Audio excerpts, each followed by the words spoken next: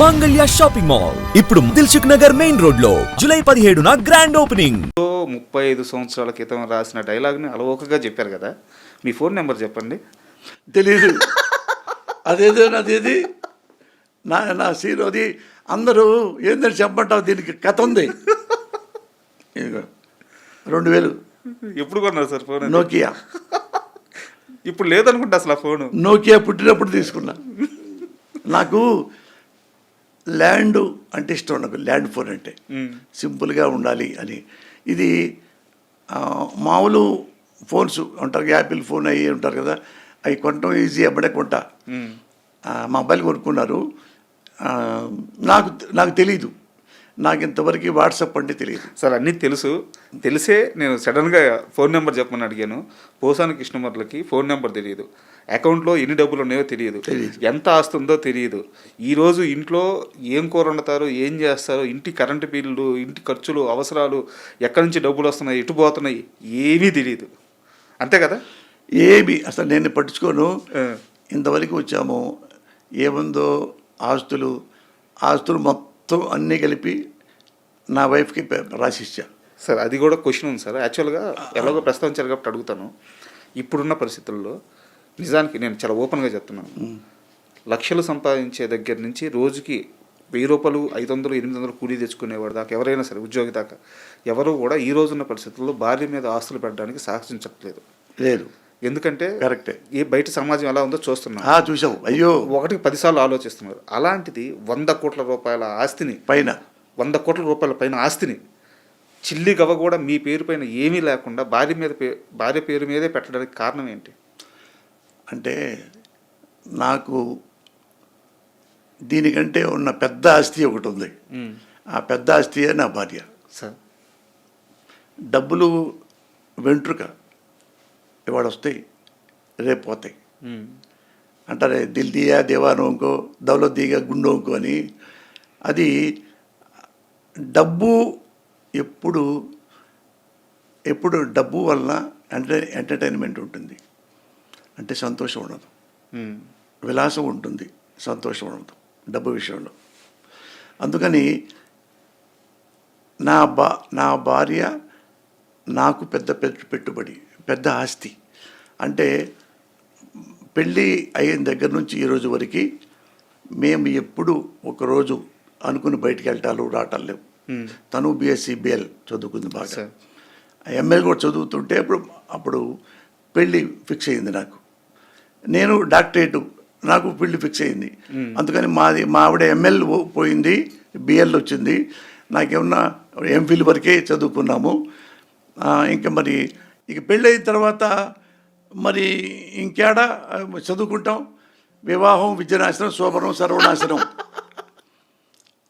ఇంకా అది నాకు ఇట్టట్టు కొట్టుకున్నా, అయ్యో నా డాక్టరేట్ రావాలి, తర్వాత డిలీట్ చేయాలి అని నా కోరిక.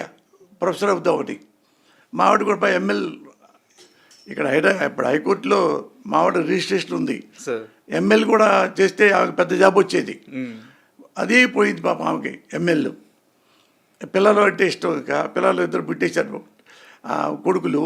అందుకని ఇక నేను, భార్య, పిల్లలు.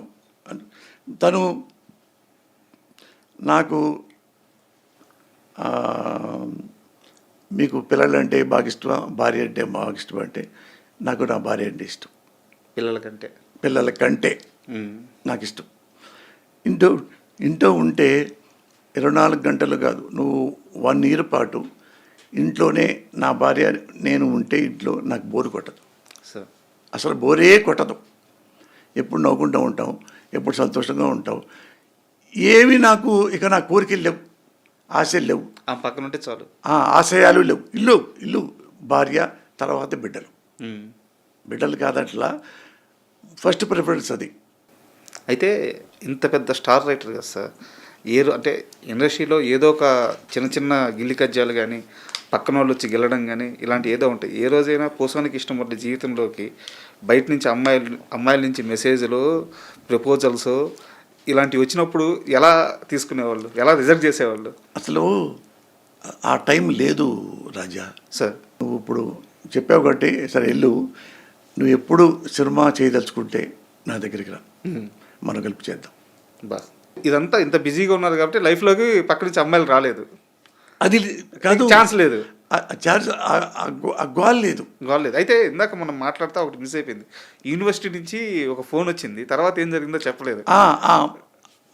ఈ టైంలో వాళ్ళు మన ఇది ఆపరేటర్ వచ్చి చెప్పారు, సార్ ఎవరు నిర్మలా మేడం అంట, Tammareddy Nirmala madam assistant professor, అదే ప్రొఫెసర్ అంటే యూనివర్సిటీ, ఫోన్ చేస్తున్నారు, మీరు రమ్మన్నారు సార్ అంటే నేను షాక్ అయిపోయా. మేడం గారు నాకు ఇప్పుడు ఎందుకు చేస్తున్నారు అనుకున్నా. మళ్ళీ ఆపరేటర్ దగ్గరికి వెళ్తే మళ్ళీ వచ్చింది, మేడం నమస్కారం అంటే, కృష్ణమురళి బాగున్నా అంటే, లేదు ముఖ్య విషయం చెప్తున్నాను, నేను నీకు ఒక అమ్మాయిని చూసా, ఒక అమ్మాయి నేను చూశాను, వాళ్ళ ఇంటికి వెళ్ళి ఆమె చదువుకుంది బీఎస్సీ బిఎల్లో, మంచి అమ్మాయి నాకు నేను సర్టిఫై చేస్తున్నా, నువ్వు ఆ అమ్మాయిని చూసుకో, నీకు సూటబుల్ అట్లా చెప్పేస్తుంది గబగబా. తమ్మారెడ్డి భరద్వాజ గారి కజిన్ సిస్టర్. ఓకే అవును, తమ్మారెడ్డి ఆమె. అయితే నేను ఆ టైం కూడా లేదు, అలాగే మేడం అన్న, మరి నువ్వు ఎప్పుడు చూస్తావు అంటే మీ ఇష్టం మేడం అన్న. ఆయన ప్రొఫెసర్ కదా, అప్పట్లో మాట్లాడలేను, అట్లా మాట్లాడేవాడిని కాదు. ఆయన వాళ్ళంటే నేనంటే ఇష్టం, తల్లితో సమానం ఆమె. అయితే మీరు ఎప్పుడప్పుడు మేడం అన్న చెప్పుకోవడానికి అంటే, మరి రేపు ఎల్లుండురా ఎక్కడ చెప్పేస్తాను, అదే సార్ అదే మేడం అన్న అంటే, రేపు వెళ్ళలేకపోయా, ఇంకో రేపు వెళ్ళలేకపోయా అంటే, నేను చెప్పి మేడం కొంచెం అదైపోయింది, ఎల్లుండి వస్తాను మేడం అన్న అంటే, వాళ్ళతో చెప్పిందంట, ఈయన పెళ్లి చేసుకోవడానికే రాలేకపోతాడు, ఇంక తాళే కట్టుకుంటాడమ్మా, వచ్చినప్పుడు చూసుకుందాంలే అందంట. అంటే అది నాకు చెప్పింది మేడము. అంటే అది రాసుకున్నాను మేడం, వచ్చేస్తాను మేడం అని. ఆడికెళ్ళి నేనే గుంటెళ్ళి, వాడు మా మేనల్లుడు కోటాల శివ, వాడు 10th అయిపోయి ఇంటర్ వచ్చేదనుకుంటా, ఒరే పెళ్లి చూపులకు వచ్చాడరా, నువ్వు కూడా రా చూడు నువ్వు కూడా అంటే, వాడు బూట్లు కొని పెట్టాను. ఓకే, లంచం బూట్లా రావడానికి అంటే నా మేనల్లుడు కదా, మేనమామ కొడుకు. వెళ్తే వాడు చూసుకున్నాను, ఎట్టొద్దురా ఏమే అంటే, బాగుంది మావయ్య, అక్క బాగుంది, బాగా చేసుకోవచ్చు, బాగుంది మావయ్య అన్నాడు. చిన్నోడు వాడు 16 ఏళ్ళు, తెలుసు పిల్లలు తెలుసుగా అంటే, మాట్లాడి బేదరు పెళ్ళి తిరిగింది. ఆ కట్నాలు ఏవీ తెలియవు మనకు, నాకు అవన్నీ పడుచుకునేవాడు కదా ఎప్పుడు. నాకు నచ్చింది, నేను నచ్చాను, ఇంక ఇష్యూ లేవు, ఇంక ఇష్యూ ఏముంది, అంతే కదా. సో అంత బిజీగా ఉన్నారు. అయితే ఇందాక మనం శ్రీకాంత్ గారి గురించి మాట్లాడుకుంటూ కాస్త బ్రేక్ పడింది. ఇది ఇంగ్లీష్ పిల్లం ఈస్ట్ గోదావరి మొగుడు సినిమా రిలీజ్ అయిన తర్వాత పెద్ద హిట్ అయింది. కాకపోతే ఆ సినిమాలో మహిళా సంఘాలతో కొన్ని డైలాగులు రాశారు మీరు.